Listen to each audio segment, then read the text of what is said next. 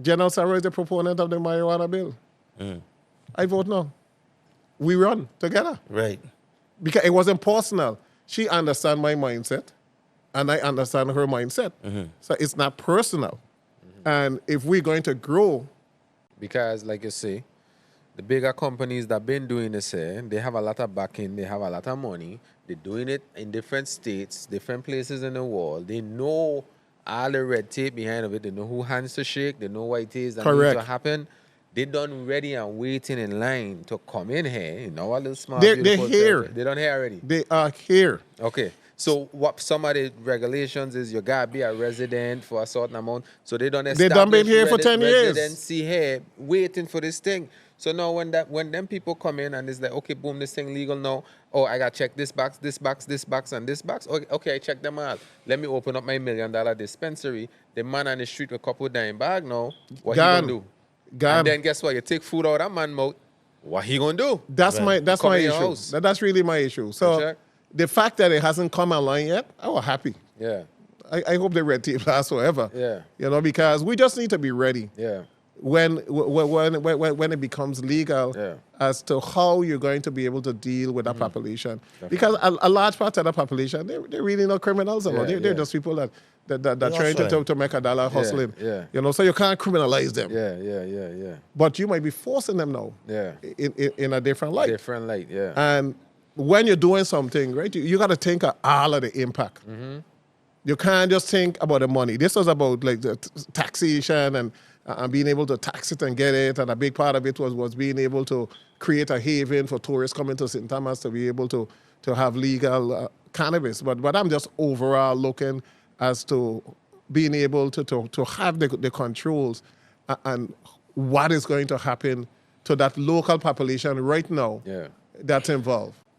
We need to make sure that issues don't become personal and that we are doing more than just celebrating what you said, festival and so forth. Yeah. We got to celebrate making this island better. Right. What was your reason for voting no on the marijuana bill? There was a lot. Because, you know. I gave you guys an unofficial vote. Yeah, we did. Can I get an if that were the unofficial version, give me the unofficial version and the Caribbean currency show. Yeah, however you would word it, that would be safe. I know it was inevitable at some point. Yes. My issue was that when you have legalization, there are individuals with a lot of money and capital that are going to come in. Right. No matter how you try to stop them. Like big pharma. People saying, oh, we're going to stop them, this or that. No. Some of them live here. Yeah. Okay. They're already established in the Virgin Islands. They have dispensaries and lab in other states, etc. Yeah. You have the little guy on the street. Yeah. And for some of them, that's the only income that they make. Some of them have been doing it for 30, 40 years. When you legalize it, what is going to happen to that population? Yeah. Which is a huge population. Yeah. So you're because you can't tell me that population, that all of them have the capacity to open a dispensary. Yeah. No. They don't. Okay. That's a highly regulated industry, etc. And the money is going to rule. Yeah. So you know impacting the little man on the street. Yeah. What are you going to do when you impact them? Yeah. You going to provide them with an opportunity to learn something, to do something to make money? Exactly. Or what are you going to do? You're going to bring them and pay them minimum wage to work in your dispensary? So I say, hey, I can't risk the impact to that population. Because when you impact that population, you ready to deal with that population? Right. You ready to deal with that population when you cut everything that they're doing? Yeah. It done already hard enough to make money legally, and so you have that population, and it's cultural for us. And I mean, I want you to sit down. We don't talk about it off camera like this. Right. But I wanted the people to hear you say it, because in the media, they'll put, there was a bill for legislation to legalize marijuana, quote unquote, and he said no. So now your face is the villain as to why illegal, illegal wrong here, but I want them to know. I also explained it, but there's a next component, right? We're not the best place when it comes to rules and regs. Right. We're not the best place when it comes to enforcement. Yeah.